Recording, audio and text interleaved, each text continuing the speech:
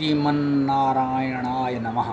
श्री विष्णु पुराण चतुर्थ अंश पहला अध्याय विवस्वत मनु के वंश का विवरणन।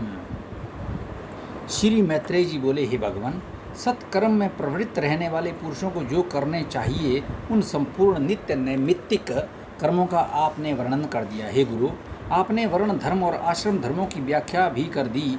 अब मुझे राजवंशों का विवरण सुनने की इच्छा है, अतः उनका वर्णन कीजिए। श्री पराशर जी बोले, हे मैत्रेय, अब तुम अनेकों यज्ञकर्ता शूरवीर और धैर्यशाली भूपालों से सुशोभित इस मनु वंश का वर्णन सुनो, जिसके आदि पुरुष श्री ब्रह्मा जी हैं। हे मैत्रेय, अपने वंश के संपूर्ण पापों को नष्ट करने वाले के लिए इस वंश परंपरा की कथा का क्रमशः श्रवण करो। उसका विवरण इस प्रकार है। सकल संसार के आदि कारण भगवान विष्णु हैं। वे अनादि तथा ऋक यजु साम स्वरूप हैं। उन ब्रह्म स्वरूप भगवान विष्णु के मूर्त रूप ब्रह्मांडमय हिरण्यगर्भ भगवान ब्रह्मा जी सबसे पहले प्रकट हुए। ब्रह्मा जी के दाएं अंगूठे से दक्ष प्रजापति हुए, दक्ष से अदिति हुई तथा अदिति से विवस्वान और विवस्वान से मनु का जन्म हुआ। मनु के इक्ष्वाकु, नृग, दृष्ट, शर्याति, नरिष्यंत, प्रांशु, नाभाग, दिष्ट, करुष और प्रीषध्र नामक 10 पुत्र हुए। मनु ने पुत्र की इच्छा से मित्रावरुण नामक 2 देवताओं के यज्ञ का अनुष्ठान किया, किंतु होता के विपरीत संकल्प से यज्ञ में विपर्यय हो जाने से उनके इला नाम की कन्या हुई। हे मैत्रेय, मित्रावरुण की कृपा से वह इला ही मनु का सुद्युम्न नामक पुत्र हुई। अच्छा, वो इला ही बनी सुद्युम्न। फिर महादेव जी के कोप यानी कोप प्रयुक्त शाप से वह स्त्री होकर चंद्रमा के पुत्र बुद्ध के आश्रम के निकट घूमने लगी। बुद्ध ने अनुरक्त होकर उस स्त्री से पुरूरवा नामक पुत्र उत्पन्न किया। पुरूरवा के जन्म के अनंतर भी परम ऋषिगण ने सुद्युम्न को पुरुषत्व लाभ की आकांक्षा से क्रतुमय, ऋग्यजुहु, समर्थ, वमय, सर्ववेदमय, मनोमय, ज्ञानमय, अन्नमय और परमार्थतः अकिंचनमय भगवान यज्ञ पुरुष का यथावत यजन किया। तब उनकी कृपा से इला फिर भी सुद्युम्न हो गई। उस सुद्युम्न के भी उत्कल, गय और विनत नामक 3 पुत्र हुए। पहले स्त्री होने के कारण सुद्युम्न को राज्याधिकार प्राप्त नहीं हुआ। वशिष्ठ जी के कहने से उनके पिता ने उन्हें प्रतिष्ठान नामक नगर दे दिया था, वही उन्होंने पुरूरवा को दिया। पुरूरवा की संतान संपूर्ण दिशाओं में फैले हुए क्षत्रिय गण हुए। मनु का प्रीषध्र नामक पुत्र गुरु की गौ का वध करने के कारण शूद्र हो गया। मनु का पुत्र करुष था। करुष से कारुष नामक महाबली और पराक्रमी क्षत्रिय गण उत्पन्न हुए। दिष्ट का पुत्र नाभाग्य वैश्य हो गया। उससे बलंधन नाम का पुत्र हुआ। बलंधन से महान कीर्तिमान वत्सप्रीति से प्रांशु और प्रांशु से प्रजापति नामक इकलौता पुत्र हुआ। प्रजापति से खनित्र से चाक्षुष तथा चाक्षु से अति बल पराक्रम संपन्न विंश हुआ। विंश से विविंशक से खनि नेत्र से अति विभूत और अति विभूति से अति बलवान और शूरवीर करंधम नामक पुत्र हुआ।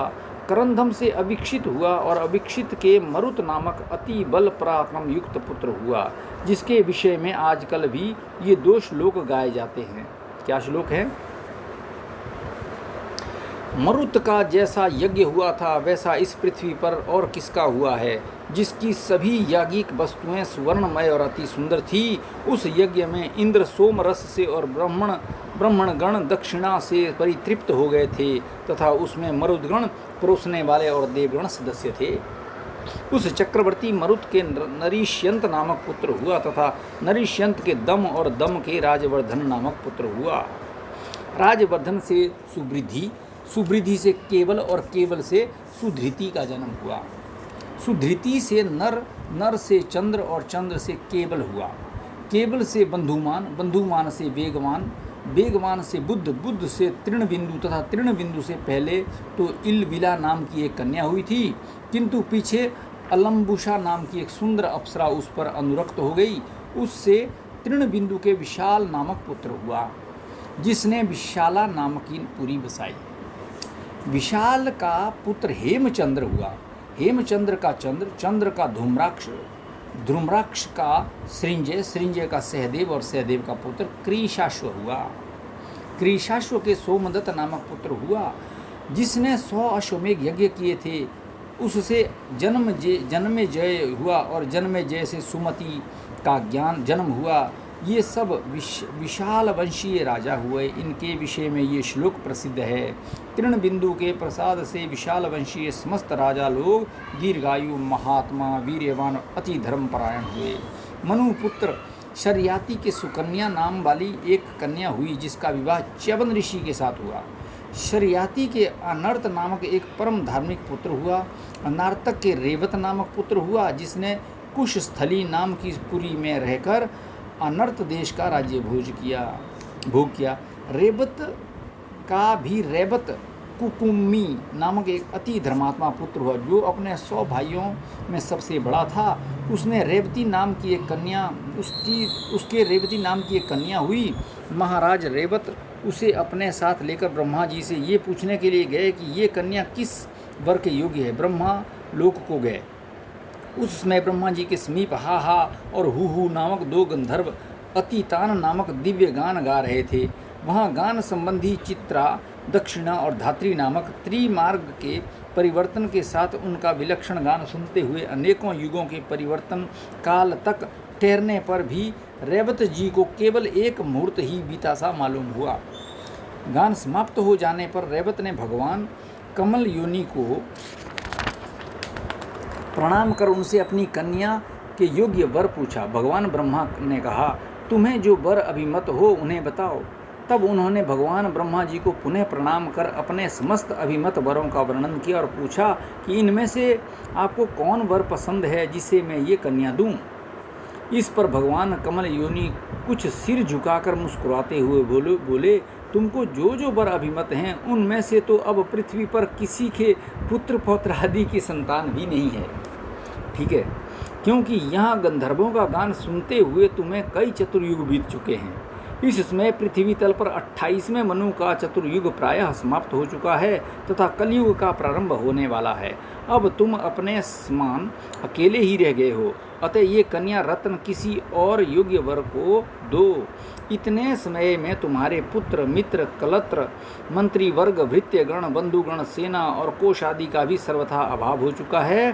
तब तो राजा रेवत ने अत्यंत भयभीत हो भगवान ब्रह्मा जी को पुनः प्रणाम कर पूछा, भगवान ऐसी बात है तो अब मैं इसे किसको दूं?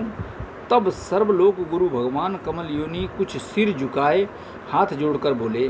श्री ब्रह्मा जी ने कहा, जिस अजन्मा सर्वमय विधाता परमेश्वर का आदि मध्य अंत स्वरूप स्वभाव और सार हम नहीं जान पाते, कला मुहूर्तादिमय काल भी जिसकी विभूति के परिणाम का कारण नहीं हो सकता, जिसका जन्म और मरण नहीं होता, जो सनातन और सर्वदा एक रूप है तथा जो नाम और रूप से रहित है, जिस अच्युत की कृपा से मैं प्रजा का उत्पत्ति करता हूँ, जिसके क्रोध से उत्पन्न हुआ रुद्र सृष्टि का अंत करता है तथा जिस परमात्मा से मध्य में जगत स्थितकारी विष्णु रूप पुरुष का प्रादुर्भाव हुआ है, जो अजन्मा मेरा रूप धारण कर संसार की रचना करता है, स्थिति के समय जो पुरुष रूप है तथा जो रुद्र रूप से संपूर्ण विश्व का ग्रास कर जाता है एवं अनंत रूप से संपूर्ण जगत को धारण करता है, जो अव्यय आत्मा पाक के लिए अग्नि रूप हो जाता है, पृथ्वी रूप से संपूर्ण लोकों को धारण करता है, इंद्र आदि रूप से विश्व का पालन करता है और सूर्य तथा चंद्र रूप होकर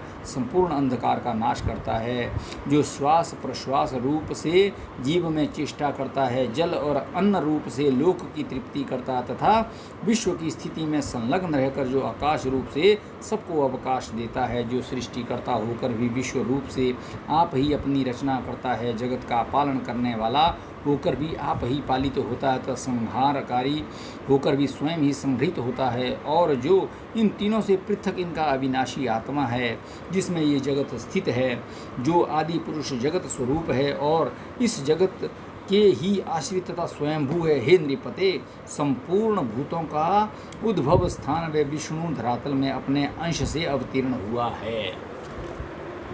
हे राजन, पूर्व काल में तुम्हारी जो अमरावती के समान कुशस्थली नाम की पुरी थी, वह अब द्वारकापुरी हो गई है। वहीं वे बलदेव नामक भगवान विष्णु के अंश विराजमान हैं।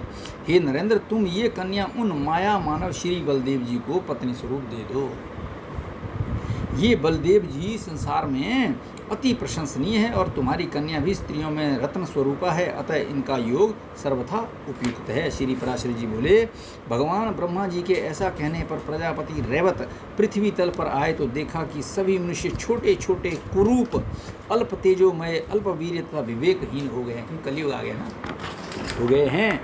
अतुल बुद्धि महाराज रैवत ने अपनी कुशस्थली नाम की पूरी और ही प्रकार की देखी तथा स्फटिक पर्वत के समान जिनका वक्षस्थल है, उन भगवान हलायुद्ध को अपनी कन्या दे दी। भगवान बलदेव जी ने उसे बहुत ऊंची देखकर अपने हल के अग्रभाग से दबाकर नीचा कर लिया।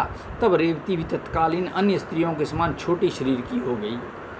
तदंतर बलराम जी ने महाराज रैवत की कन्या रेवती से विधि पूर्वक विवाह किया तथा राजा भी कन्यादान करने के अनंतर एकाग्र चित्त से तपस्या करने के लिए हिमालय पर चले गए। इति श्री विष्णु पुराणे चतुर्थ अंशे प्रथमो अध्यायः। ओम विष्णु पुराणे नमः। बहुत